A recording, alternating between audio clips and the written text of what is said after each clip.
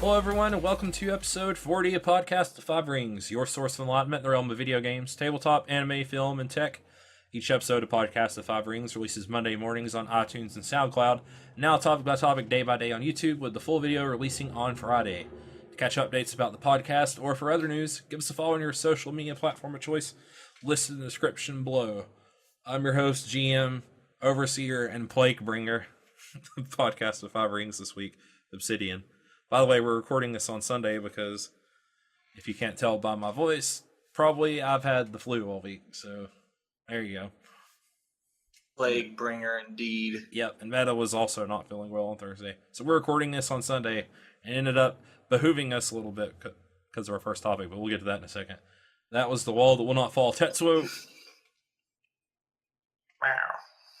Meta's not with us because he had plans and didn't see the memo that we decided to segue to Sunday. So instead, it's just me, him, and the resident wildcard Mal. Yep. So I've been laying in bed all week. What have you guys been doing? I had been waiting all week for Monster Hunter, and then it came out, and then I've been playing it all week, since then.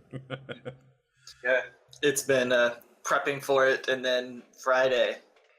Since then, I think I took a break. I think I took a break to sleep once, and then now I'm here. So beyond that, it's been Monster Hunter. Yeah, we're just existing in some kind of nebulous cloud halfway between reality and killing virtual dinosaurs and recording a podcast. So on that note, I mean, let's just get straight into the topic because I think we all want to talk about our impressions of Monster Hunter World. So you start us off, Mal. Yeah, all right. I took Friday off so I could play it. I think it's great. I mean, it's Monster Hunter's first foray back onto console since the Wii. I think it was the Wii was the last one with 3. Yeah. Monster Hunter Tri. Yeah, which this is Wii the U. fifth. Wii U, actually. Wii U. Oh yeah, you're right. It was the Wii U. So yeah, it's been a little while. They've streamlined some stuff, but it's still mostly you just hunt large monsters and kill them for their parts, and then make stuff out of their parts, and then you kill some more. The grind, hunt baby. Bigger monsters. It's all about the grind. After talking about grinding all that, now we're playing a game that's basically all grinding. Yeah, but this is fun grinding. Right. There always is, granted, to be fair, it's a bit of a thin veneer of a story that laces everything together. But at the same time, they're pretty good, and I'm actually pretty interested to see what's going to happen through this story so far. There's a little bit more story in this one than before. Like, I think the last, like in Generations, there's like 4 towns with 4. There's like 4. What are they called? Factions? No, like Under Arms. No, the monsters, the special monsters. What do they call them? Like, I'm blanking on the term. Just like the thing that represents that title. Anywho, like featured monsters or whatever it's called. Yeah. There were 4. Yeah, so you just go around to the villages, kind of like, helping them out, and each one has a special monster. This one is there's a bit of a mystery. Like, you're traveling over to this new continent, and elder dragons like travel over every 10 years, I think they say in the start. And so there's like some mysteries to why all of this is happening. The funniest thing I found about the story in the game is that the characters' names are just whatever they are. Like, I am the leader. I am the the hunt. The hunt master. The commander, the second fleet commander, third fleet leader. Yeah. They don't have actual names, which is just funny. The main commander dude is voiced by Seijiro from Persona 5 in English. Oh, nice. Yeah. Oh, really? I've been playing it in Japanese. So. Yeah, I have too. So yeah, I mean, it's flagship monster. That was the term we were looking for. Flagship. Thank you. Sorry, that was delayed. For some reason, I was thinking titular monster, but I'm like, there's never one. Why am I thinking that? So yeah, they're doing some stuff with story. I haven't played a lot of the old games, so as I understand, there almost like was no story, Pretty much. really. I mean, For You had a pretty interesting story with Gore Magala and whatever its evolved form is called. That was a pretty cool story. But beyond that, I mean, again, there is one, but there isn't. It's kind of just gives you an excuse to go out and fight things. But this really feels like you're having a reason to go out. So. Yep, it seems to be all tied into the Elder Dragons and stuff like that. At least so far. Each story mission is like you're, completing a thing so that you can go to the next area to search for this, the solution to the mystery, or something came up so you have to deal with it, and then you can keep on going. Mm-hmm. So, you guys are more, again, well versed in some of like the old games compared to this one. As I understand it, just watching reviews, people were talking about a lot of quality of life changes and stuff. Like, what's some of the big stuff you guys noticed? They said they did a lot to help it feel more accessible to new players. Well, the two biggest ones, at least for me, is whetstones and mining axes are now infinite. It used to be you had to make catcher nets and fish. Yeah. Well, the bait is still, but your rod is. So it used to be you had to make a whetstone, and a whetstone you could use, I think, 3 or 5 times, and then it got destroyed, and you had to make another whetstone.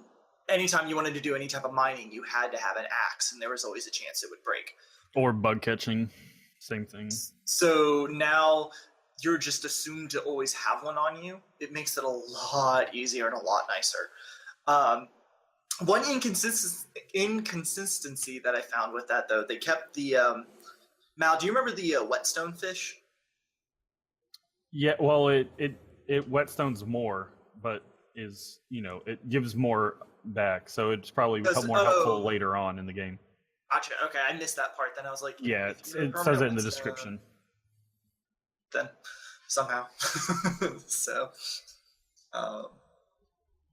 those are the two main ones for me. Yeah, I really like the bounty system that they have now, because before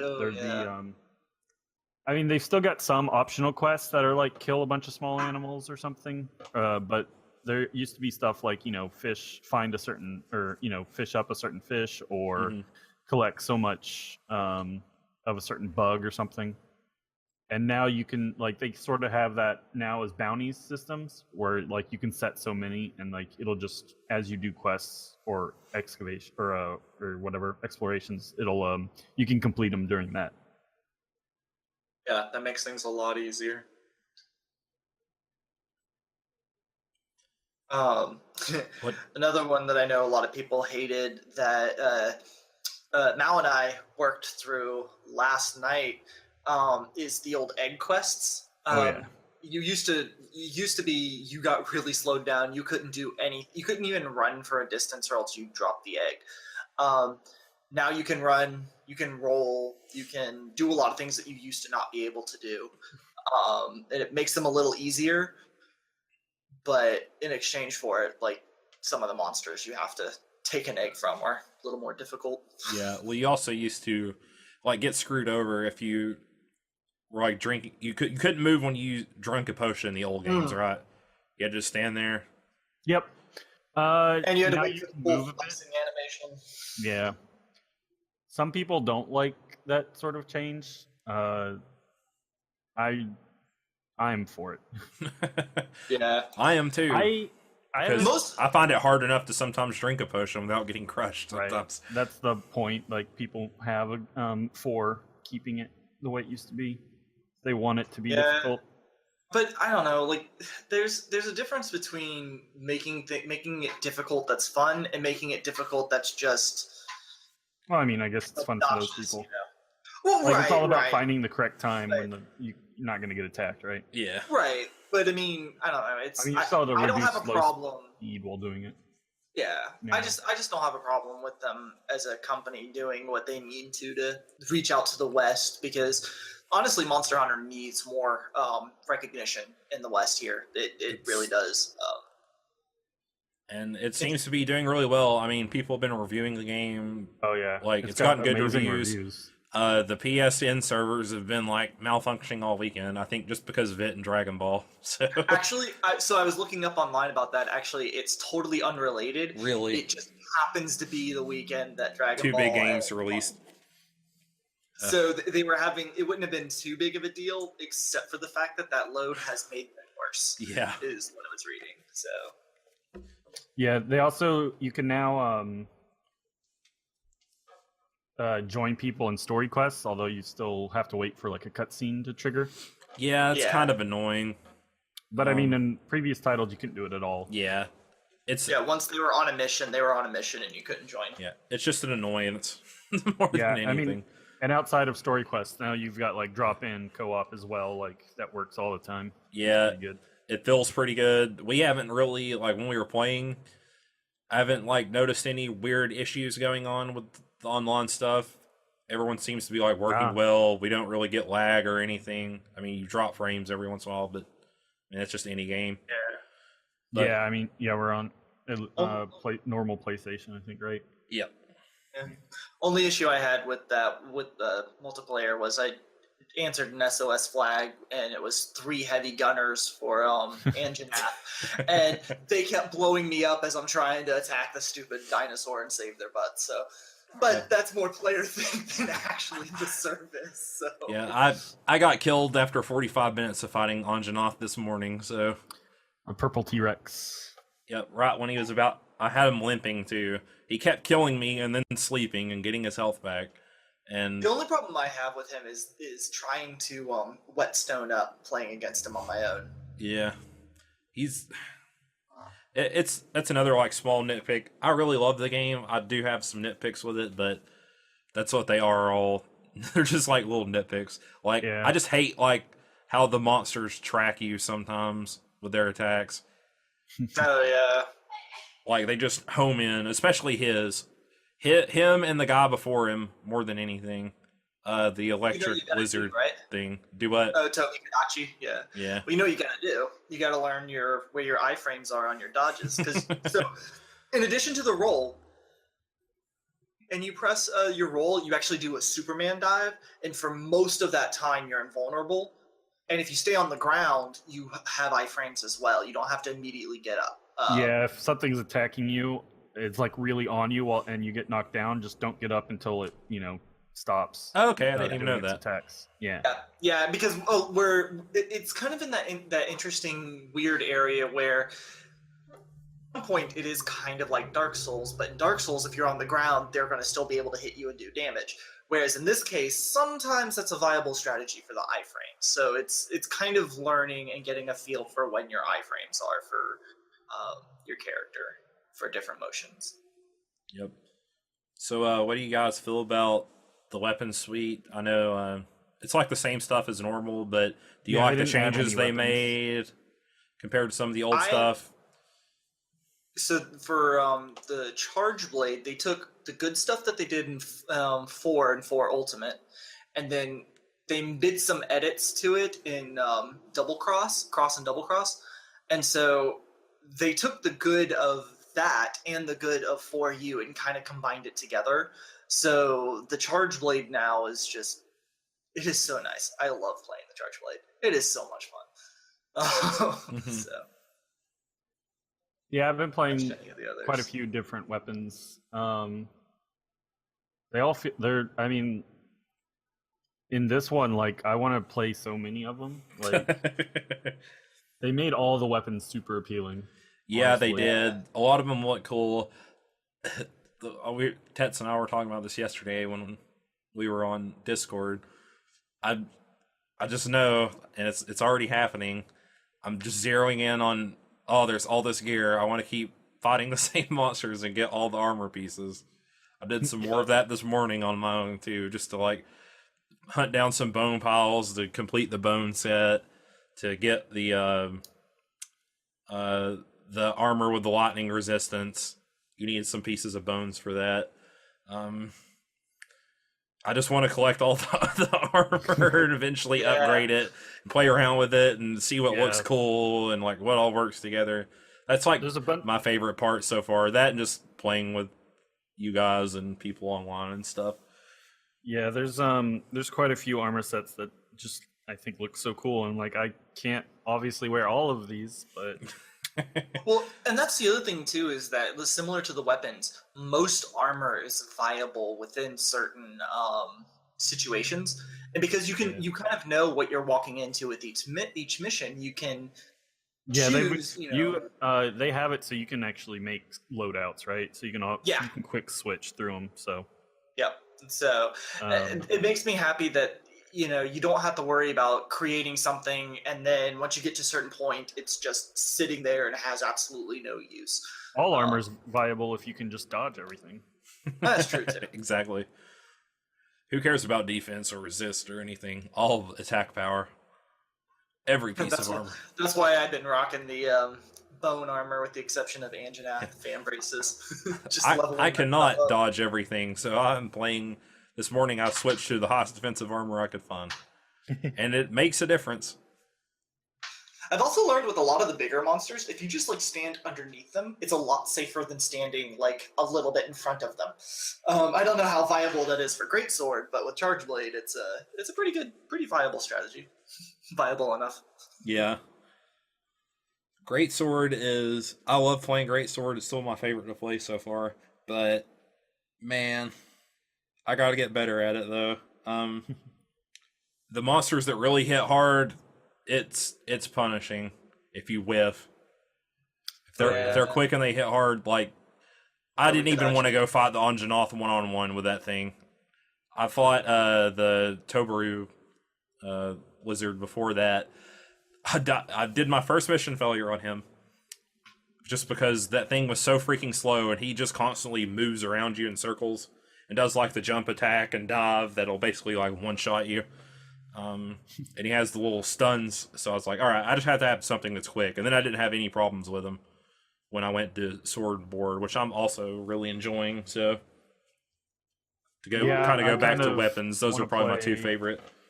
Yeah, I kind of want to play Sword and Board just because they added the slinger and it's pretty fun to use. Yeah, you've been using the slinger a lot. Every time we finish a mission, it's Mal is targeted 25 locations with the slinger or something like that. Yeah. You just see him back shooting it. And the Sword and Board can do it while it's while it has the while it's out. Or while you have it unsheathed, you can still use your little wrist crossbow slinger. Mm-hmm. But yeah, because there's all sorts of items you can make for it, like flash bombs and screamers and poison stuff. Yep. And then oftentimes if you stun a monster, they'll drop something that you can then pick up and use as well. So that's pretty much what I use it almost entirely with. They'll drop stuff you can use against them? Yeah, there'll be little glowing red bits that fall off of them. I've not seen those. Yep. So you pick them up, and a lot of times they're the same old pods that you can craft or whatever. They're just in the raw form. And depending on the monster, they'll drop different kinds. Like Anjanath tends to drop piercing, but he'll sometimes drop the bomb pods. Almost always drops bomb. Yeah. Yeah. So, yeah, the game is great. It feels great to play on controller. That's mainly why I didn't play a lot of Monster Hunter 4. Yeah, 3DS was hard. Yeah. It looks beautiful, too. The graphics are really good. The world looks great. I love the maps are much bigger and they're seamless, which I love. Not having to go through a loading screen every so often. Or getting hit out of a loading screen. I was going to say, Tetsukabra will never keep bouncing me out of the room ever again. Oh my god, that sounds awful. Yeah, could be pretty bad. And the monster designs are all really good. I like how the monsters, the little ones, interact with each other. They'll travel in herds. They'll go to the same spots. Some of them won't, outright attack you. When you down a monster, you'll see, the little Jagresses come and, swarm them and start attacking them, get in the way. When I was fighting the Anganath earlier, I was trying to get on its head, and I got bulldozed by, 3 of those little things going after it. I completely missed, my window to just well on his head while he was down on the ground. I'm I was really gonna hoping. say, I love the way they react and they feel like a seamless part of the world too, like a living environment that's going on that you're like treading yeah, through. they've designed it from the ground up that you're supposed to feel like this is a living, breathing ecosystem. Going back to talking about like the bug nets, you can catch like all of the small birds, all of the small like bugs and stuff. For the most part, you can catch them with your net and take them back to base. And once you get to a certain point, you can actually let them go in your room, so that way you can have like different bugs and birds and stuff that you've caught. Yeah, I believe the third room has like 3 pages of pet slots. Oh, really? That Yeah. makes me happy. Pets. But I do hope that I'm looking forward to possibly them expanding the roster with a bunch of returning monsters, because I'm a little upset. Like almost all of the monsters are like reptilian based. I'd like to see some more designs. Variety there. Yeah. Well, my 2 favorite monsters, I really hope show up. Barioth and Nargacuga. They pretty much are a dragon saber-toothed tiger and a dragon panther, respectively. Like, I would love to see more stuff like that. Yeah, we already know one monster is in DLC coming up. Yeah, Devil Joe. Yeah. And we're getting Ryu and Sakura DLC. Yeah, I saw that today. I saw Ryu running around with a hammer. They got They get costumes for Street Yeah. Fighter 5, I believe. Yep. I'm interesting to see all the DLC we'll get. Like before they did Shonen Jump, like One Piece, and then Yu-Gi-Oh, and I want to like, know where my Mega Man DLC that they kept talking about is, because they were building that up. I want to dress up. they my announced Metallica it. I Mega just don't Man. remember if they announced the date. Yeah. Yeah. I want to fight robot master dinosaurs. Give it to me, Capcom. Give it That's to just me. called Horizon Zero Dawn. Oh yeah, my there you go. Palico is currently a little robot dinosaur. Mine's just wearing a I still plate. need to do that mission to get that gear. I forgot. Yeah, so Yeah, I'm ready to go play more of it already. yeah, Yep. it's fun. It's a lot of fun. If you own a PS4, Xbox One, PC. if you got later. if you got PC later of the year, and you got buddies to play it with who also have the game, I can't recommend it enough. It's one of the funnest multiplayer games I've played in a long time. Just like hanging with buddies and co-oping and killing giant dinosaurs. It's a great time. It's a great time. I know it's only January, but Yeah. Game of the Year? No. Yep. I mean, I don't have anything on the. I don't know what horizon else is coming. I know of for Yeah. a while. So it's my game of the year for the foreseeable future. Yeah. Kingdom Hearts 3? Nah. It may be if it comes out. Yeah. That's a big if there, Mal. Yeah, it's weird. We got a giant window, whereas literally this Not time like last last year, year. I think was when Horizon came out.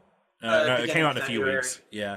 Yeah, Yeah. I beginning think of no, it was February, For that's Honor all the came stuff. out, and that's when it just started snowballing from there, basically. Yeah.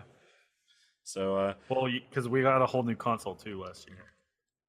and hey, Dragon Ball Fighters is also really good. I spent, you guys are way ahead of me, Monster Hunter now, because I spent like 10 hours playing that yesterday.